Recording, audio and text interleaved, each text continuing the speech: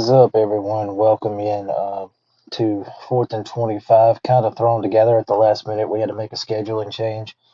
I hope you guys are having a wonderful Wednesday. Hope you're staying safe out there. Hope you're enjoying your day. Thank you for tuning in. Um, so, to kind of explain myself while we move the show today, I've got to mow. I got a yard job tomorrow. I've got to mow my grass before this rain comes in that they're expecting this weekend.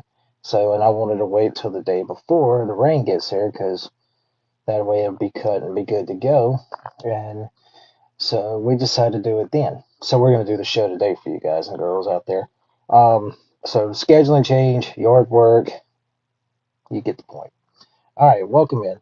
So for this week, we're going to go back to some more player rankings. As you know, last week in the last 2 weeks, we've done head coaches and quarterbacks in the Power Four conferences. Entering the season. Just my opinion, just my 2 cent opinion. So this week we're moving over to the running backs and the wide receivers. I'm going to give you my top 5 running backs and receivers, just my opinion, my preseason top 5 running backs and receivers in the Southeastern Conference and the Big Ten as we enter the season, plus one to watch. Let me take a swig of my tea. Does y'all's significant others make good sweet tea? Because my wife sure does. She makes daggone good sweet tea. All right, so let's get rolling. All right, we're going to move over. We'll start with the SEC. I'm going to give you a couple of running backs to watch in a top 5, like I said. So I'm going to give you 2 running backs and the ones to watch as we enter the 2026 season. These are 2 running backs who could have huge years. They're transfers, but they're together. It's a duo at the University of Texas. Starting with Mr. Hollywood Smothers. He comes to Austin by virtue of NC State, and he was also at Oklahoma briefly. In 2023, he played in 4 games at Oklahoma. Not much in the yardage category. But then at NC State, he played there for 2 years, 2024 and 2025, where he played in 22 games. He had over 1,500 yards, averaged 6.1 yards per carry, 12 touchdowns on the ground. He also caught 3 touchdowns, so he was also a valuable receiving option for the Wolfpack. But in 2 years, over 1,500 yards, 12 scores through the ground, 3 on the air. So he'll be a good weapon for Texas. And joining him to make a nice little 1-2 punch in the backfield, as we know Texas is always deep at running back, Raleek Brown. He started at USC in 2022 and 2023. He had 16 games played. He just 243 on the ground and 4 touchdowns. Also caught 3 touchdowns. But then he went over to Arizona State for 2024 and 2025 and played in 14 games with 10 starts, 1,100 yards rushing, 1,183 to be exact, 5.4 yards per carry, 4 touchdowns on the ground, and 2 through the air. So in his career, he has 8 touchdowns on the ground and 5 through the air, just like Smothers, a very good receiving option. So that duo at Texas, Raleek Brown and Hollywood Smothers, will be worth noting. Hollywood Smothers was going to go to Alabama, but then he backed out and he signed with Texas. So that is my one to watch. Now, top 5, just preseason, my top 5 SEC running backs, subject to change just for now.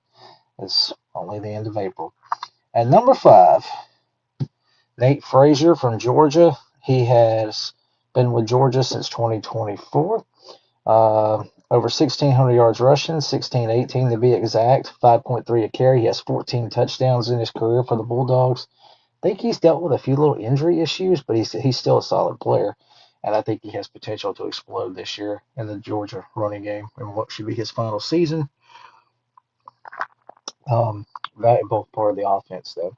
So he's my number 5 SEC running back.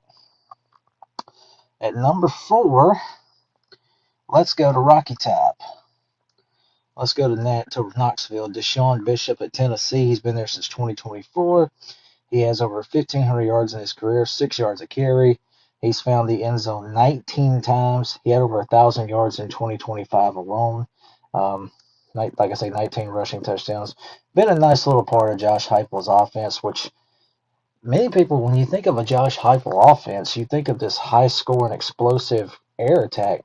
Tennessee has not been that the last couple of years. They've relied more on defense, but they've really been a running team. They run the football. And when you got a young man like Deshaun Bishop in the backfield, why not run the football a lot? But he's my number 4 running back entering the season in early 2026. Number 3, as far as SEC running backs heading into 2026, let's go to Gainesville and Mr. Jaden Ball at the University of Florida. This cat has been in Florida since 2024. He has over 1,843 yards in his career. Last year alone, he ran for 1,170 yards, 1170 to be exact. He's averaging 5.2 per carry. Appreciate the like.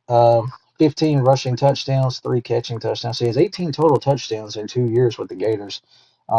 Was quietly the SEC's number 3 running back last year if you go by statistics and just by production. Yeah, he was on a really bad Florida team, but they should be a lot better this year. And you know John Summerall is going to be licking his chops to get this young man to football as much as he can. So I expect another even bigger year from this young man. Jaden Ball, my number 3 running back in the SEC entering the season. Wait, in my early SEC rankings. Okay, number 2 and number 1. Look, you could go either way with these two. These were the 2 best running backs last year, maybe the 2 best in America. But they should both have great years again, knock on wood. So you really can't go wrong with either. I'm going to put this young man at second. I'm going to put Keywan Lacey at Ole Miss. I don't know why the picture's not uploading. Okay. Keywan Lacey at Ole Miss is my number 2 running back. Hang on a second. Let me try something. 3, 2, 1. All right, let's see if it works. Oh, look. There it is. Number 2, Keywan Lacey at Ole Miss. He was at Missouri in 2024, barely had 100 yards rushing, but his first year at Ole Miss last year, he put on a show. One of the best running backs in the country. Had the most touchdowns, 24 touchdowns last season, while rushing for 1,560 yards. He had a great year in Oxford in his first year. He is back for one more year. Was very scared we were going to lose him to you-know-who, but thankfully he decided to stay. I think the NIL thing might have helped keep him. But anyway, 1,567 yards last year, 5.1 a carry, 24 touchdowns. Was a little banged up there toward the end, but still played his guts out, and I think he's going to be one of the best players in the country this year. Keywan Lacey, my number 2 SEC running back. And then finally, number 1, you probably know, is going to be Mr. Amon Hardy at Mizzou. Many people forget, before he was at Mizzou, this guy was at Louisiana Monroe for 1 year and tore it up in Monroe. 1,351 yards when he was with the Warhawks. He ran for 5.7 a touch, 13 touchdowns, and then last year had a huge year at Missouri, rushing for over 1,500 plus, actually 1,560 to be exact. He averaged 6.5 yards per carry, and he had 16 touchdowns. So was kind of quiet in their Gator Bowl game last year, though, which was kind of crazy. But he's expected to have another big year. He is back, and he will, of course, complement their new quarterback, Austin Simmons, and one of their new receivers, Caden Lee, very well. So he is my number 1 SEC running back. Let me see. Oh, that's the receivers. I'm sorry. Having a little trouble with my graphics here. So anyway, I'll just read them out again. So that is my top SEC running backs for the season. 2 to watch for, both at Texas, Raleek Brown and Hollywood Smothers. At number 5, I've got Nate Frazier at Georgia. Number 4, Deshaun Bishop at Tennessee. Number 3, Jaden Ball at Florida. Number 2 is, of course, Keywan Lacey at Ole Miss. And number 1, Amon Hardy at the University of Missouri. So, I'll get a couple. Try to get a couple of these out of the way real quick. Try to spread the wealth a little bit. Sorry about that. Oh, there you go. There's a better view of it. All right. So let's move on, and we'll move over to the Big Ten. I ain't gonna be able to get to some of my graphics for some stupid reason. This thing's done froze up on me. That's about right. All right.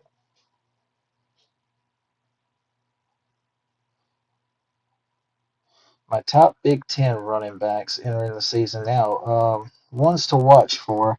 I cannot, for some reason, get to my graphics now, which is very frustrating.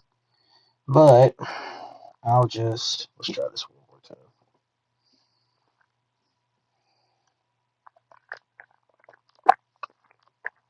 Sorry about that. There we go. There we go. Now it's working. One to watch. Let me start with a couple of transfers that are coming into the league. Carson Henson. This young man comes to Penn State by virtue of Iowa State. I've lost track how many players that left Iowa State to go with Matt Campbell to Penn State. Dude's had a phenomenal career in AMC play. It's been there. He was there from 2023 through 2025. He rushed for over 1,700 yards, 1,771 to be exact, 4.3 yards per carry. Averaged 5 and 5 plus yards a carry in 2024 and 2025. 19 touchdowns on his career. Also caught a couple of scores, 2 scores. So 21 total scores, but 1,700 yards, 19 touchdowns. He'll be a vocal part of the offense, of course. Also on my ones to watch, another case of running back follows coach to his new job. This young man is, if I can get this to work, there it is. Wayne Knight, he is going to UCLA. This is a James Madison transfer. He follows Bob Chesney from JMU out to LA to play for the Bruins. He, of course, will only be there for a year, but been at JMU since 2022 through 2025. He has over 1,837 yards in his career running the ball. Last year alone, he had over 1,300 plus at 1,373. 4.5 yards a carry, 11 rushing touchdowns, 3 receiving touchdowns. He actually had 397 yards receiving last season. So if you do the math, he had over 1,700 all-purpose yards alone and 14 touchdowns. Very good offensive weapon. I think he's going to fit well there. Of course, it's only for a year, but Bob Chesney will be glad to have him in UCLA. All right, so let's move into the top 5 as far as just my running backs in the Big Ten. At number 5, from Northwestern, let me find it. Where'd it go? Oh, there it is. At number 5, we've got Caleb Komolafi from Northwestern. He's been there since 2023. He has over 1,000 yards in his career. He had 941 last year. Had a quietly good season. Nobody really talked about him. 11 rushing touchdowns. Also called him a scorer. He's a valuable part of their offense and helping get that program back to respectability. So Caleb Komolafi is number 5. At number 4, a cat who battled some injuries last year but still had a solid year. His best year was 2024. However, he's expected to come back with a vengeance. Darius Taylor at Minnesota. This young man is a treat to watch when he's healthy. Been there since 2023. In his career, he has over 2,455 yards rushing in his career, 19 touchdowns, 5.1 a carry. Also caught a couple of scores. Valuable running back. Really, really good football player, especially when he's healthy. Should have one more great year in Minneapolis for PJ Fleck and the Gophers. All right, at number 3, let's go to Michigan. And this cat, Jordan Marshall. He has been at Michigan since 2024. He had 1,000. He's over 1,000 in his career. He ran for 932 of those yards last year alone, 5 yards a carry. He's found the end zone 10 times. Terry Walker. Minnesota sucks.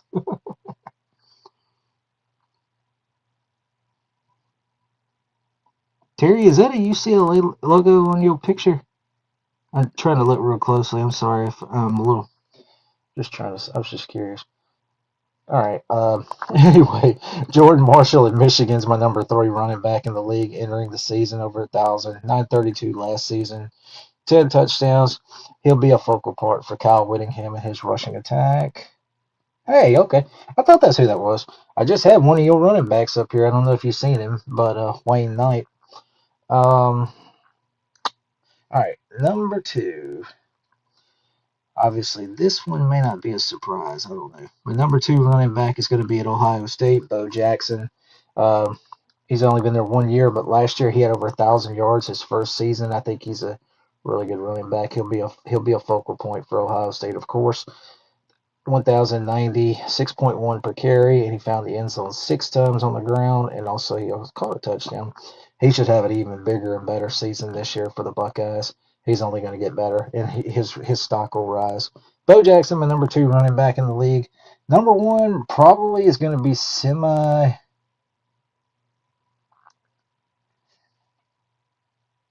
That Terry, where did you rank? Oh, he just missed the top 5. He's my one to watch for, kind of my dark horse. I'm just putting him there because of the transfer effect. I know he's following Bob Chesney out there. I think he's going to do really good. He'll probably. I expect him to be in. He might be a top 5 back by the time the season's over. But everybody you see on my list that's in my top 5 are kind of been at their program for a little bit. So we'll see. But Wayne's just on the outside. He made my one to watch group. He might have just missed that because I was just talking about him a few minutes ago. Um, so anyway, number 1, a running back nobody's going to talk about because of where he plays at. Antoine Raymond, he is at Rutgers. He is probably the best thing this program has, other than KJ Duff. But look, he's been there for 2 years. He has over 1,698 yards rushing. He had 1,241 yards in 2025 alone. Had a great year last year. 4.8 a carry, 21 touchdowns in his career, 13 last season. A couple of receiving scores. So last year alone, he ran for 1,241 yards and 13 touchdowns. Yes, he was on a bad football team and a bad program, but still, individually, really good running back. He's a household name. He'll be one of the Big Ten's best backs this coming season, barring injury. But Antoine Raymond is my number 1 Big Ten running back entering the season. Let me pull. Where did it go? Oh, here it is. Here. Oh, that's receivers. I'm an idiot. Let's try it again. There it is. All right, so that is my top Big Ten running backs for the preseason. You see ones to watch. We got Wayne Knight at UCLA, Carson Hansen, I guess that's how you say it, at Penn State. I probably said that wrong. Kalo Komafi at Northwestern hangs tight at 5th. Darius Taylor at Minnesota checks in at 4. Jordan Marshall at Michigan is 3rd. Bo Jackson of Ohio State's number 2. And number 1, maybe the most underrated running back in the country, Antoine Raymond at Rutgers. All right, so let me take a quick breather, and then we're going to come back and we're going to talk about the best receivers. Who are my top receivers entering the 2026 season? See you guys in just a second.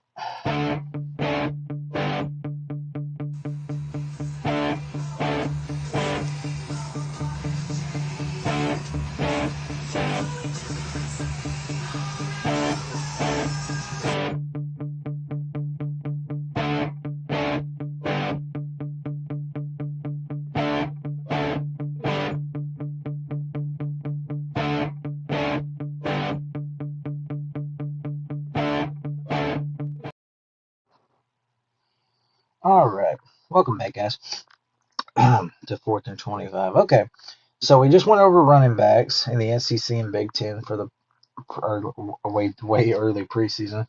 My top 5 and wanted to watch. So now let's move over to our pass catchers, to the wide receiver rooms. So we'll start with the SEC. We'll do the Big Ten last because they did win the national championship for the 3rd straight year. All right, so who is my SEC receivers as far as preseason top 5 plus 1 to watch? My 1 to watch, we're going to go back to Knoxville with Braylon Staley at Tennessee. He's been there since 2024. He's caught 71 balls in his career, 858 yards, 9.6 a catch, 6 touchdowns. Last year alone, a really productive good season for him when he had 68 catches for 837, 12.3 a catch, and 6 touchdowns. The curious thing here, no Joey Aguilar. He's gone. He did not get his 7th year of eligibility. Tennessee does not know who their quarterback is yet. Spring ball, all their quarterbacks, it seems like, got some work. We'll see how this goes. The quarterback's going to be the situation here. Is he going to connect with whoever it is? Are they going to have good chemistry? We'll see. If they hit it off, he might be a top 5 SEC receiver before it's over with. But for now, I'm putting him just on the outside as 1 to watch. All right, number 5. I'll probably get called biased for this one, but he's going to be the number 1 receiver on this team, and I think he's due for a big time season. My number 5 is Deuce Alexander at Ole Miss. Been with the Rebels since 2023. He has 82 catches, over 1,100 yards in his career, 1,114 to be exact. 13.8 a catch. He's also found the end zone with 5 touchdown catches. But with a pretty much rebuilt new receiver room, considering all the guys that have moved on, he's going to be the number one guy plus the transfers. So going to be exciting to see what he does. But for now, he's going to hang tight as my number 5 receiver in the conference entering the fall. All right, moving on to my number 4 receiver. Let's head to Tuscaloosa. You probably know this cat, Ryan Coleman Williams at the University of Alabama for the Crimson Tide. He's been at Bama for 2 years, 97 catches, over 1,500 yards in his career, averaged 16 yards a catch, 12 touchdowns. He's also run for 2 scores. Really good hands. He really exploded onto the scene in 2024. Kind of cooled off a little bit last year, but still one of the best receivers in the country. Kind of like Tennessee. Who's going to throw him the ball? I think their quarterback situation sounds a little more settled after spring ball, but more on that down the road. But for now, I'm going to settle him at number 4. Number 3, kind of another one that didn't get a lot of talk and has kind of been forgotten a little bit, but he had a really good season. My number 3 receiver entering the fall is at Oklahoma. This is Isaiah Segtegna III. He's been with the Sooners for a while now. He's been at Oklahoma since 2022. He has 121 catches in his career, 1,597 yards. Now, last year he had 965 alone receiving. 14.4 yards per catch last season, which was incredible. 10.5 for his career, and 11 touchdowns. So if you go back just to last season alone, 965 yards receiving, 8 touchdowns, 14.4 yards per catch. Really good deep ball threat, great hands, very good weapon for John Mateer to get the football to. I expect him to, again, be really good. So he's my number 3 receiver. Number 2, let's head down to College Station and Mario Craver at Texas A&M. He's been at A&M just for a year, but before that, he had a stop in Starkville at Mississippi State in 2024 where he had 368 yards and 3 touchdowns in his career there, 21.6 yards per catch, which is really good. And then last year at Texas A&M, and helping the Aggies get to the college football playoff, he had 59 catches for 917, 4 touchdowns, 15.5 yards a catch, which is great. So far in his career, he's got over 1,200 yards and 7 scores. Probably going to be the number 1 guy for Marcel Reed and the Aggies receive offense for him to get the football to. Mario Craver is my number 2 receiver. Now, number 1 is a duo. You probably know what school it's at. There's a transfer in here, but there's also some experience in here. And that transfer also has SEC experience. At number 1, I've got Ryan Wingo and Cam Coleman. I love this duo at Texas. I know Arch Manning is foaming at the mouth to get them the football. We'll start with Cam Coleman, who transfers from Auburn to Texas. In 2 years at Auburn, 93 catches, over 1,300 yards, 13 touchdowns, 14 yards per catch. Tremendously good football player. He's just unfortunately been stuck dealing with mediocrity and just bad football at Auburn. So now he's at Texas where he's going to be expected to help contend for a national championship.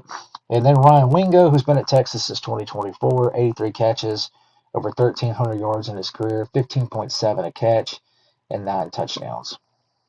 So these two give Arch Manning a very, very good little duo heading into the 2026 season. All right, so that is my SEC receivers, top 5 and such. Here's a quick rundown of it one last time for you folks.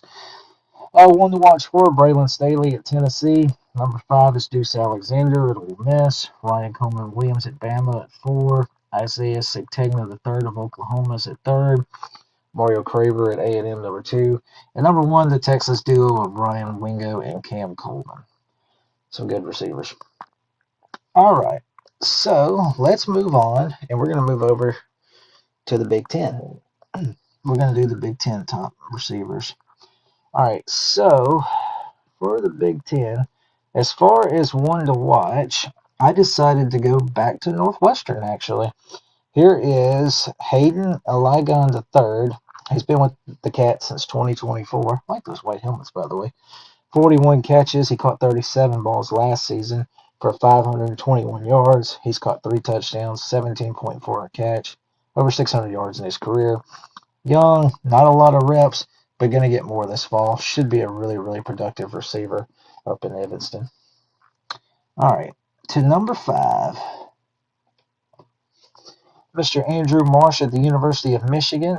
Kyle Whittingham would be very glad to have him back for Bryce Underwood to get the football to. 45 catches, 651 yards, 4 touchdowns last season. A 2025 freshman All-American, I might add.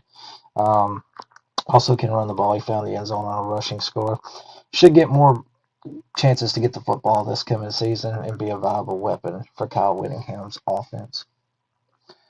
Number 4 is another cat who is now has the opportunity to become the number 1 guy because the number 1 guy last season is gone, and that is Desmond Roebuck at Washington. This young man last season had 42 catches for about 560. He caught 7 touchdowns, 13.3 a catch. Look for him to have more production in the offense and get more chances to catch that football. Now, the quarterback situation, Damon Williams obviously is back, but what's the mindset there? That's going to be interesting to see considering Williams tried to leave and then got the door slammed in his face and he didn't get to leave, so he stayed. So hopefully everything's good up there in Seattle. Hopefully everybody's back on the same page with the quarterback, Damon Williams. We'll see. But anyway, Desmond Roebuck, my number 4 Big Ten receiver entering 2026. Number 3, how about we go, and it's still crazy sometimes to say this, to the national champions, the Indiana Hoosiers, and the returning Charlie Becker. He's been at Indiana since 2024, but he didn't really play in 2024. Last year, he had 34 catches for 679, 4 touchdowns. Led the country in yards per catch. He averaged 20 yards a catch. He basically averaged 2 first downs a catch, if you think about it. 4 touchdowns, also a rushing touchdown early in his career, but very good playmaker, good hands. He's back. Josh Hoover will be very happy to have him as a toy in that offense. Charlie Becker, my number 3 receiver. Number 2. Crazy to think we had another Rutgers player in this conversation, but Rutgers has good players in certain positions, but they just can't seem to get it all together. Number 2 is KJ Duff of Rutgers. This young man's been in Piscataway for 2 years. 87 catches in his career, so he's got a lot of balls. 1,509 yards, 16.9 per catch, 8 touchdowns. Last season, he had a really strong year alone with over 1,084 yards and 7 touchdowns. Very good hands, a good weapon. I don't know who their quarterback is, though. We'll see what their quarterback situation looks like, but it seems like it doesn't matter. Whoever, as long as somebody throws the ball, he's going to have a chance to make plays. KJ Duff, my number 2 Big Ten receiver. All right, finally, number 1. The easiest one. He's probably going to be the best receiver in the country. He's at least number 1 entering the season. Ohio State fans enjoy him because after this year, I'm pretty sure he's headed to Sundays. Jeremiah Smith. He's number 1, of course. Been at Ohio State for 2 years. He has 163 catches in his career, over 2,500 yards in 2 years. That's sick. He had, 25-58, 15.7 a catch. He's caught 27 touchdowns. All that's in 2 years, y'all. In 2024, when he was freshman, 76 catches, 1,315 yards, 15 touchdowns, 17.3 per catch. And then last season, another strong year. Kind of dipped a little bit in the yards, but not much. Had more catches, 87, 1,243 yards, 14.3 a catch, 12 touchdowns. So slightly regressed, but it really didn't matter. He's still really good. That's insane. Over 2,500 yards and 27 touchdowns in just 2 years. Their quarterback is going to be very happy to have him back for another year. And I just had a brain fart. I can't remember who Ohio State's quarterback is right off the top of my head, and I ranked him number 1 in the quarterback rankings. But anyway, Jeremiah Smith of Ohio State, my number 1 Big Ten receiver, entering the fall. All right, so let me get these off here real quick. All right, here's the list one last time for you. Top Big Ten receivers. 1 to watch, I've got Hayden Eligon III at Northwestern. Number 5 is Andrew Marsh at Michigan. Desmond Roebuck of Washington is fourth. Charlie Becker at Indiana, third. KJ Duff of Rutgers is number 2. And number 1, Jeremiah Smith of the Ohio State. All right. So, hope y'all have enjoyed that. Next week we'll do the Big 12 and the ACC's top 5 running backs and receivers, and we'll conclude that. But that'll be next week. All right. So let's move on. We've got some news, some notes, and we've also got our final week of our Lost and Found series for you. Let's start with a little bit of news. Are we nearing the end of week 0 in college football? So here's what's going on. The NCAA is considering getting rid of week 0 and standardizing the start of the season in 2027. This would result in a 14-week regular season providing 2 bye weeks for every team in the country. The Thursday night of what is currently week 0 would be the new starting point of the college football season. Let's see. Okay. A couple of little quotes. Under the proposal, the regular season would begin on Thursday of what is now called week 0 and still end on the Saturday after Thanksgiving. Schools would have 14 weeks, 2 bye weeks to schedule 12 games. It would give them 2 open, allow for flexibility for potential changes to the postseason. What that means, they're keeping an eye on this playoff because it's probably going to expand. Clark Lee, head coach at Vanderbilt, member of the Football Oversight Committee. The calendar has been a health and safety issue that needed to be addressed. He said, to go through a season without 2 bye weeks is challenging to a roster, and in a time where we've imposed roster limits, and in our league where we're playing 9 conference games now, on the off years where we weren't able to get that second bye, we believe there's a negative impact mentally, physically, emotionally to the players, coaches, and everyone involved. So from our vantage point, it was something we've supported and feel strongly about. Under this proposal also, the NCAA would also eliminate exceptions for teams to play before the official start of the season. So pretty much it would be bye-bye week 0, and it would just be 14 weeks and 2 bye weeks. I'm not against it. I'm going to be honest with you. I like that idea. I'm fine with that. I do think this also is kind of building towards a bigger playoff. So, and maybe starting it earlier. All right. So let's take a break, and we come back. We're going to hit our final episode, our final Lost and Found series. Just we'll take a look at 2 more programs. See you guys in just a second. Look at me, I'm lost at sea, circling eternally. Come and help me from this insanity. Where am I disgrace? I hate to see your face. I wanna see you drown in your sorrow. You know I'm not the same. I'm fading away. I'm falling into my grave.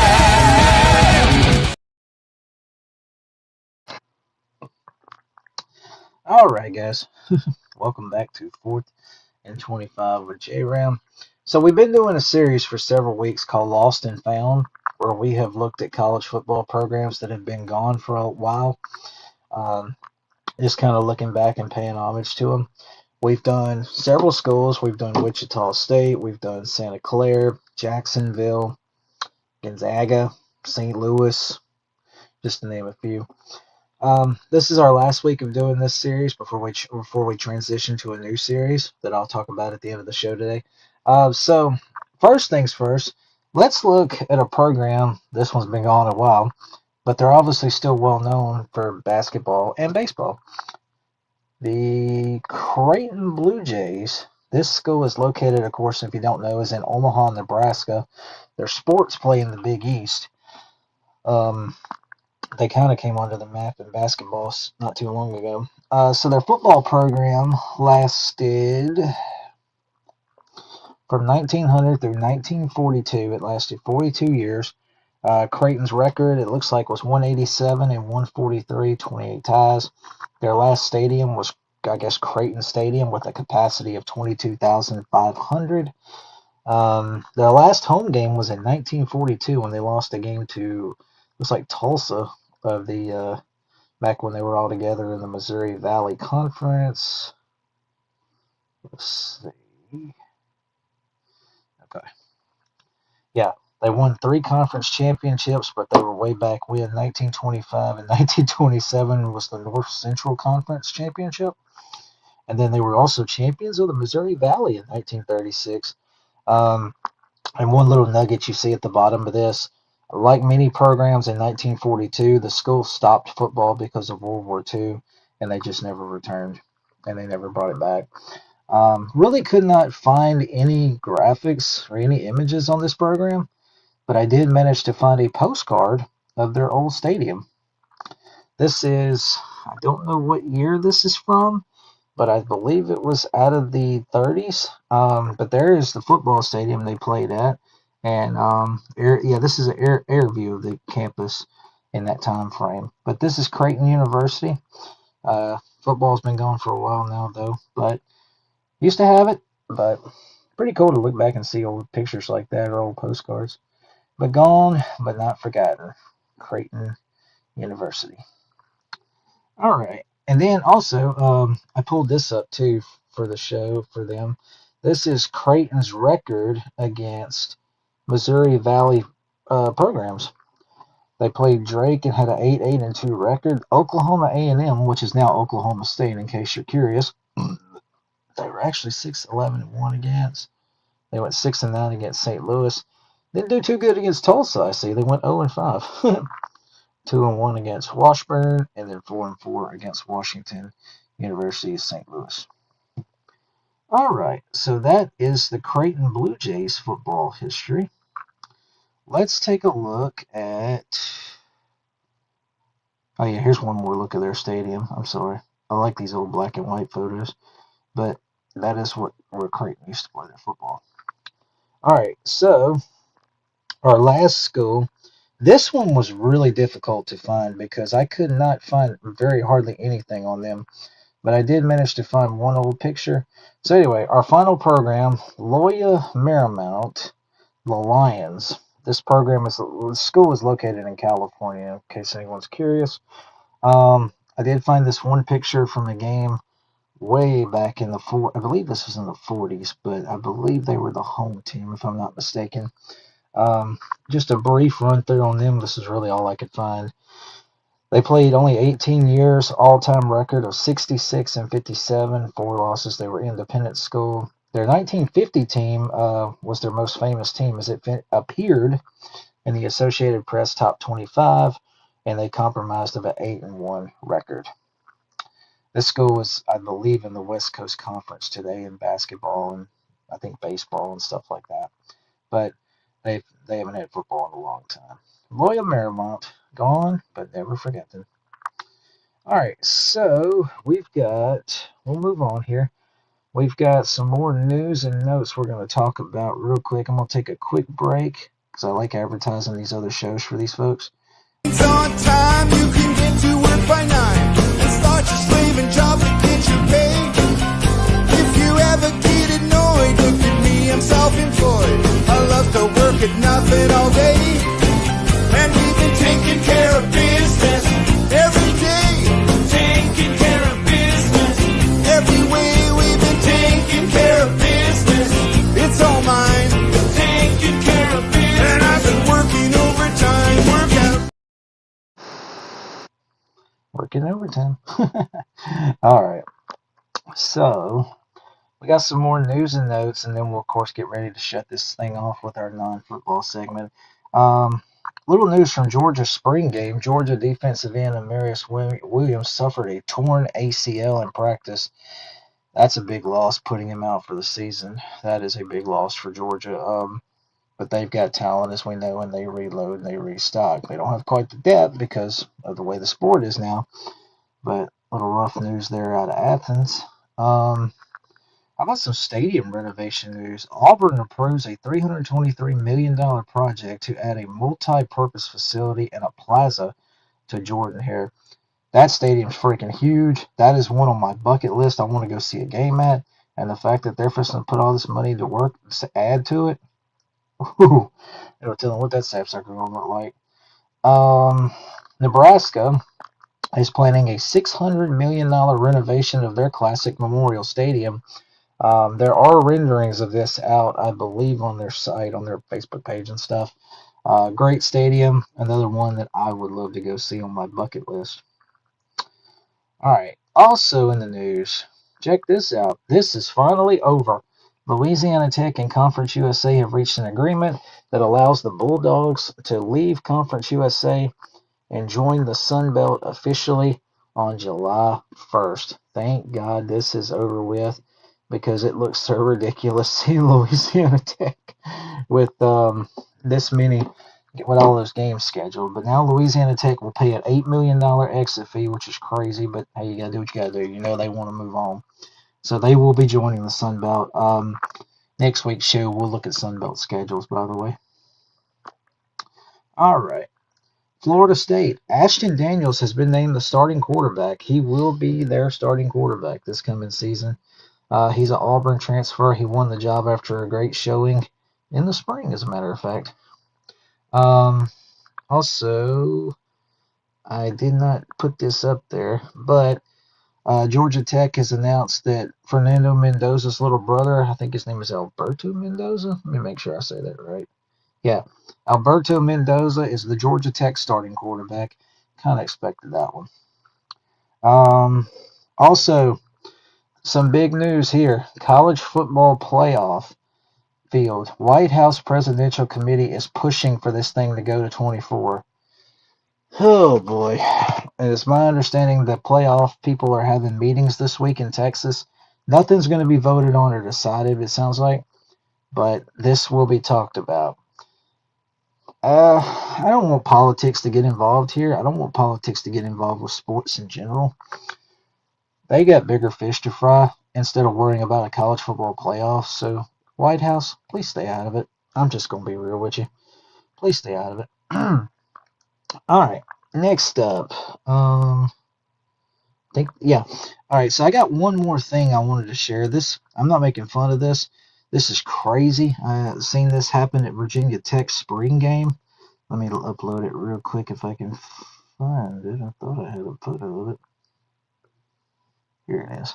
Let me pull this up real quick. Holy crap, I'm at 14 again. Sorry, guys.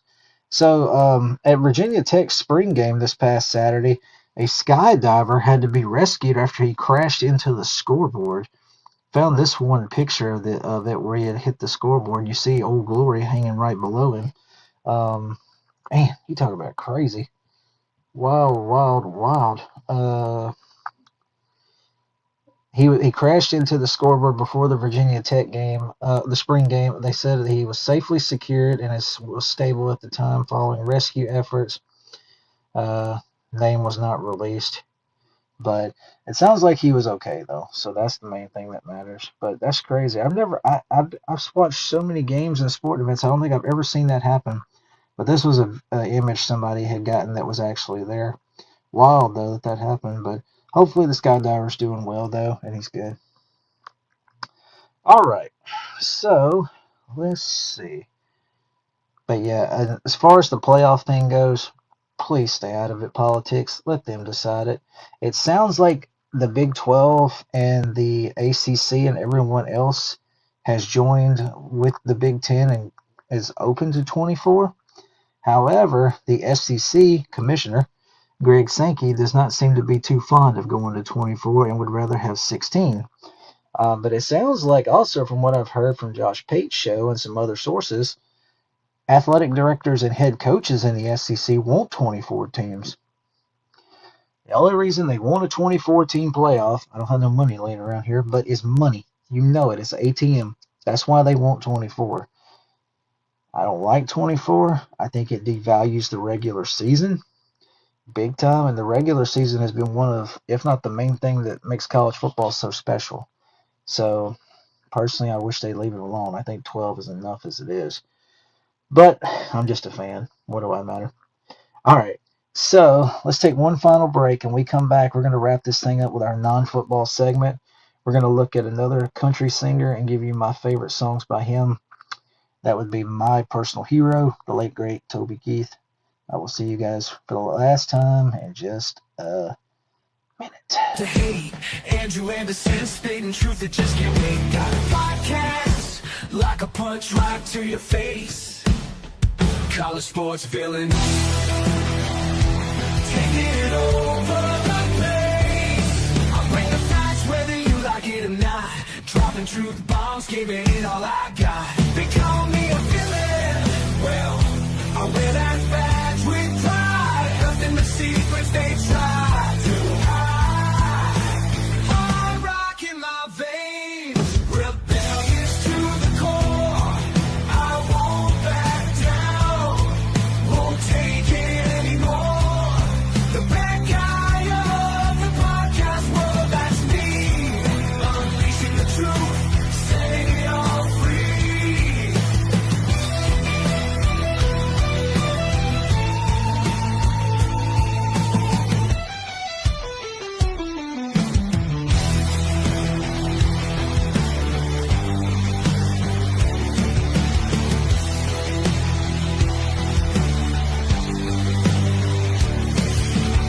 Unleashing the truth.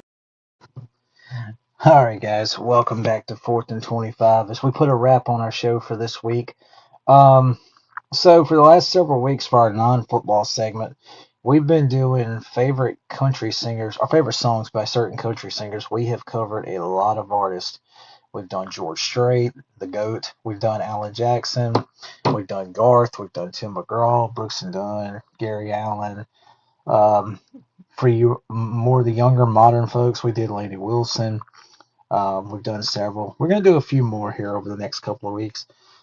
But today I decided to go with my personal favorite, a hero of mine. He left us a couple of years ago, the late, great Toby Keith. Sure miss Big Dog.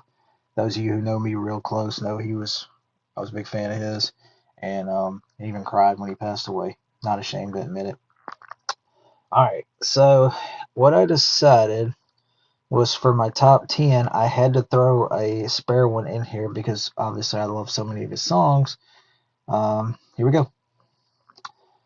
So just on the outside, I guess you could call it number 11 if you want to, is Who's That Man? That song came out in, I believe, 1995.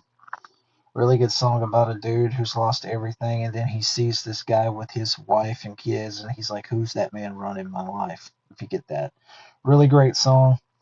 Right above it, Don't Let the Old Man In, his last hit. Really good message in there, especially for the older folks.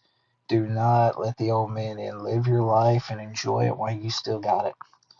Number 9 is Whiskey Girl. Great tune, great party tune, especially if you're a drinker. I don't drink no more, thankfully. But really good tune, though. Sounds great. Number 8, a classic. A little less talk and a lot more action. Great song to jam to. Another one of his older tunes at number 7 is Dream Walking. Good one. Wish I Didn't Know Now is number 6. If you ever watch the music video, you'll really get what he's talking about. Like, this guy finds out his wife's or his girlfriend is cheating on him behind his back, pretty much. Really good tune. Number 5 is a ballad. It's called Does That Blue Moon Ever Shine on You? Kind of a sad song, but also kind of it's a ballad. But it's a great song. Number 4, How Do You Like Me Now? Can't believe that song's 26 years old now.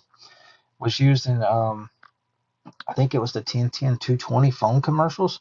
But great tune, great country song. How Do You Like Me Now? Great message. Number 3, American Soldier. Of course, for our men and women in the armed forces who protect our freedoms, who, when they get that call, they know they got to go. And they miss so much from their families because they're serving. So God bless them. Number 2, courtesy of the Red, White, and Blue. I almost put this at number 1, but courtesy of the Red, White, and Blue is number 2. Obviously, that is a patriotic anthem. You're going to hear me blasting that on the 4th of July big time, which I'll blast it before then, but you get the point. Great message about our great country here in America. And then number 1, Should Have Been a Cowboy. His very first hit single. Song is still a banger, and it's 33 years old. I don't care what anyone says. Still a great tune. Love it, love it, love it, and it will always probably be my favorite song of all time. I'm a cowboy at heart, so it hits me really good when I hear that song. But that's my number one song by the late great Toby Keith. All right, guys, that is the end of the show for the week. Sorry, I kind of changed this on you guys and girls at the very last minute, but I've got to get my yard cut tomorrow before the rain comes. And as y'all tell, I've got really long hair, so I've got a crazy shampoo condition schedule, like one day on, one day off as far as my hair treatment. But I still shower. Don't get me wrong, I'm not gross, but I'm gonna sweat cut in the yard tomorrow. And tomorrow's a shampoo day, so I had to make a swap just for this week. Next week we'll be back to normal. All right. A couple of quick announcements about my show. Next week we will be back on Thursday. It'll be a regular show. We'll do top 5 ACC and Big 12 running backs and receivers, like we did today with the SEC and the Big 10. And then we'll do Sun Belt schedules. We got 2 conferences we've not done schedule breakdowns of yet. That's the Sun Belt and Conference USA. Obviously, it was because of the Louisiana Tech mess, but thankfully that's over. So we will hit the Sun Belt next week. If Conference USA gets their new schedule out, we'll do theirs too, but we got to wait and see on that one. Plus, any more news and notes, if there's any big news that comes out, we'll talk about it. That's worth noting. And yeah. And then as far as music, we'll probably do Trace Atkins, favorite Trace Atkins songs next week. And then the following week, that is going to be the first, yeah, okay, the first full week of May, Thursday, May 7th. No show. I will not do a show that week. The reason why I'm not going to just disappear or go on vacation, even though I wish I could, but no show the first week of May. But reason why is the following week. I am going to do a show on May the 14th. It is going to be a post-spring recap show. And I'm going to recap or just kind of take a little bit of a nugget or find a couple things from several of the spring games, because by then spring football will pretty much be over with. I'm not going to recap the games, but we'll go around the country to several of the springs and see what we can find or get some thoughts or some opinions on what happened with spring ball. Like, for example, I've seen people very concerned about Alabama's defense. I seen where Byron Brown didn't look good at Auburn, stuff like that. But we'll do a spring recap show on Thursday, May the 14th. And then one more thing. The next week, which would be the 21st, I'm going to 2 shows. 2 shows a week starting on May 19th. I will do Thursday the 19th Tuesday the 19th and Thursday the 21st. Starting from then on, I'm going to 2 shows a week. I'm just going to put some more hammer to the pedal to the floor on this thing and see where we can go with this. So, all right, guys. Well, I appreciate y'all. Thank you to Andrew at College Sports Villains. He made this possible because he recruited my ass to do this. I appreciate him. They'll be on there. I'm guessing they'll be live tomorrow night while the NFL draft's going on with their show. College Sports Villains, the podcast. Sure, they're going to be talking about some food. Thank you to him. Brandon Oge, thank you again for making my intro and outro video for my show. He has a great show over there, Football Frame of Mind podcast. They'll be doing a live thing tomorrow night for round 1 of the NFL draft. He does a great job with his stuff, his content. Wonderful channel, wonderful show. Yeah, NFL draft tomorrow night. I'll be keeping up with it. Also, follow me on Instagram, TikTok, Facebook, and also, this is my YouTube channel. We just launched this not long ago. This is 4th and 25 on YouTube. I've just got to figure out how to get this thing on YouTube. I'm not a great at doing this, but eventually we're going to get this show on YouTube. But that's my channel. If y'all want to give me a subscription, I've got some shorts, as you see right there. But that's all I got right now. I did some food reviews, and those are some old NFL videos from a couple years ago, if y'all want to check me out. Guys, I appreciate y'all so much. Thank you for watching the show. Looks like we hit double digit again. That's awesome. Thank you. I'll close with my Bible verse like I do every week. Our verse for this week, John 3, verse 17. For God sent not his Son into the world to condemn the world, but that the world through him might be saved. the world through him might be saved. And God sent his son Jesus to the world to condemn the world, but that the world through him might be saved. Great message. Trying to save us all. If you don't know him, I hope you get to know him before it's too late. Thank you guys again. I appreciate y'all. Love y'all. Thank y'all for supporting me. Thank you for checking. Even if you come in and just watch me blabber for 5 minutes and then you leave, that's fun. Thank you for checking me out. I appreciate you guys. Have a wonderful rest of your day. Take care of yourselves. I will see y'all next week. May God bless.